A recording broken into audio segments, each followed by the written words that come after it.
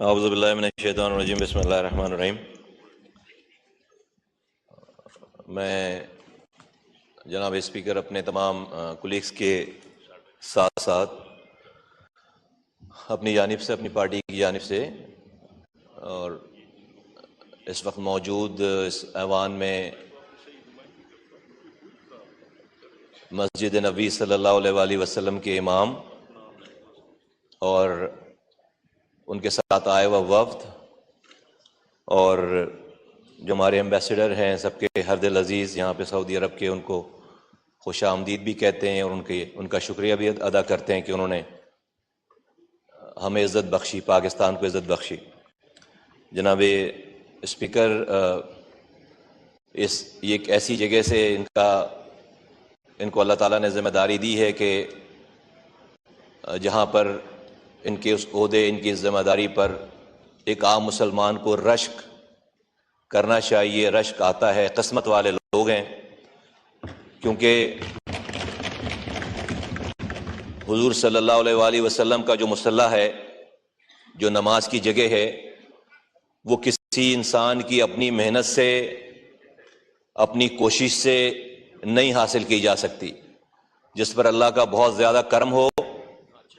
جس پر اللہ تعالیٰ کا بہت زیادہ احسان ہو، جو اللہ کے مقرب بندے ہوں، اللہ تعالیٰ اپنے پیارے نبی صلی اللہ علیہ وآلہ وسلم کی جگہ انہی کو عنایت کرتا ہے، اور یہ ان خوش نصیبوں میں سے ایک ہیں بحیثیت مسلمان۔ ہم ان کو مبارکباد پیش کرتے ہیں، ہم ان سے دعا کی اپیل کرتے ہیں اور ان کا شکریہ ادا کرتے ہیں کہ انہوں نے پاکستان میں اپنے قدم کو رکھا۔ اللہ تعالیٰ ان کے اس آنے سے یہاں پر ہم پر آسانیاں فرمائے،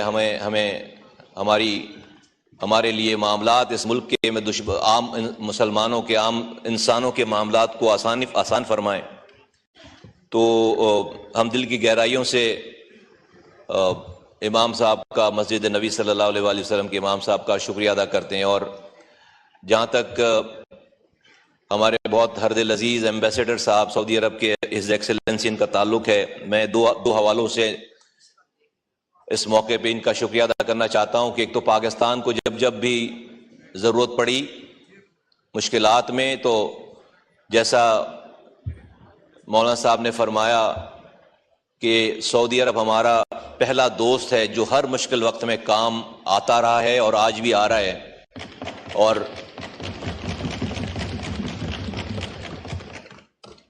ہمارے ایمبیسڈر صاحب نے اس میں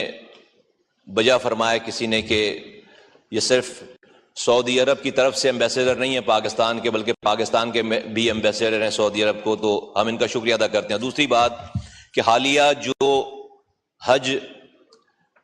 آخری جو حج ہوا ہے اور اس پہ جو انتظامات ہوئے ہیں، اور خاص طور پر جو پاکستانی جس طرح سے گئے اور انہوں نے آ کر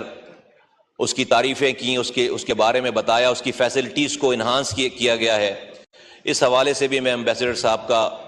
شکریہ ادا کرتا ہوں اور ان کو خراج تحسین پیش کرتا ہوں کہ یہ ہر سال کے گزرنے کے ساتھ ساتھ حج کی فیسلٹیز میں اضافہ ہوتا چلا جا رہا ہے، اچھائیاں آتی چلی جا رہی ہیں، مشکلات کم ہوتی چلی جا رہی ہیں، اور حاجی جو ہے وہ فیسیلیٹیٹ ہو رہے ہیں۔ جناب اسپیکر،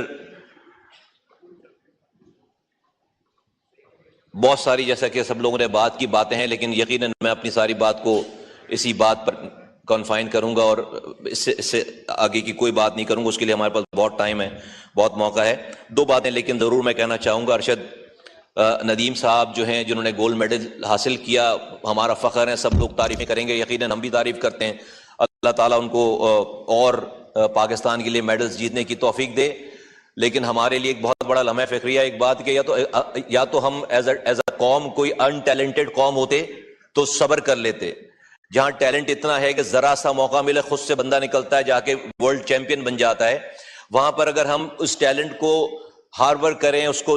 کو نرچر کریں، اس کو اپنی بہت چھوٹی سی انویسٹمنٹ اس کے اوپر کریں، بہت چھوٹی، ان چیزوں پر کوئی بہت بڑا، اگر جو پاکستان میں کرپشن کا لیول ہے، جو چیزیں ہیں، اس کا اگر ہم 2% بھی اس پہ خرچ کریں تو ہر شعبے میں ہمارے پاس ورلڈ چیمپئن ہوں، یہ ہمارے لیے بہت بڑا ایک لمحہ فکریہ۔ ہماری ہماری جو تنظیمیں ہیں اسپورٹس کی آپس میں لڑتی ہیں، عجیب سی خبر آتی ہے. تو یہ پاکستان کے لیے جہاں پر خوشی کا موقع ہے، ایک پاکستان کے لیے ایک بہت ایک سوچنے کا بھی مقام ہے کہ وہاں پر ہم اپنی چیزوں کو بہتر کریں، ہم اور اچھا نام روشن کر سکتے ہیں. آخری بات میں بلاول بھٹو زرداری صاحب نے جو تجویز رکھی ہے، میں اس سے متفق ہوں اس والی بات پہ، آخری بات پہ،